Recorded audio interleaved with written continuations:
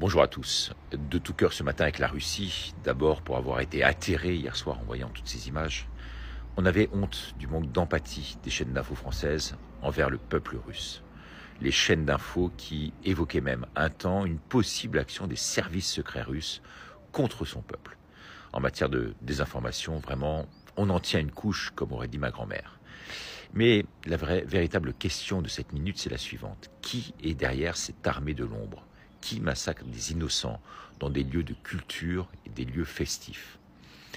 On sait maintenant que c'est l'État islamique, comprenez Daesh, le même qui a revendiqué de nombreux attentats en Europe, dont ceux du 13 novembre 2015 à Paris, du 14 juillet à Nice, les pires jamais commis en France.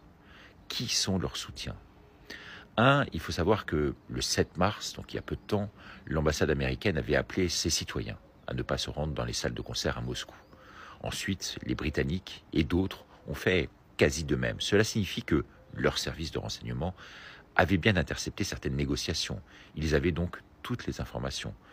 Et quelque chose, on le savait, allait se passer, et ils le savaient. Comment ont-ils pu le savoir si facilement, sans que les Russes eux-mêmes ne le sachent? Très étrange, n'est-ce pas?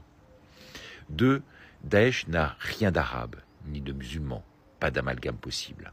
Elle n'a rien fait pour s'opposer, par exemple, au génocide de Gaza. Et pour tout vous dire, avait même demandé à la France de combattre en un temps le djihadisme. 3. Daesh, c'est une émanation du pouvoir profond. Tout le monde sait aujourd'hui que cette organisation n'est qu'une somme d'intérêts privés, convergents en Asie occidentale et dans le monde, comme avec Al-Qaïda à l'époque.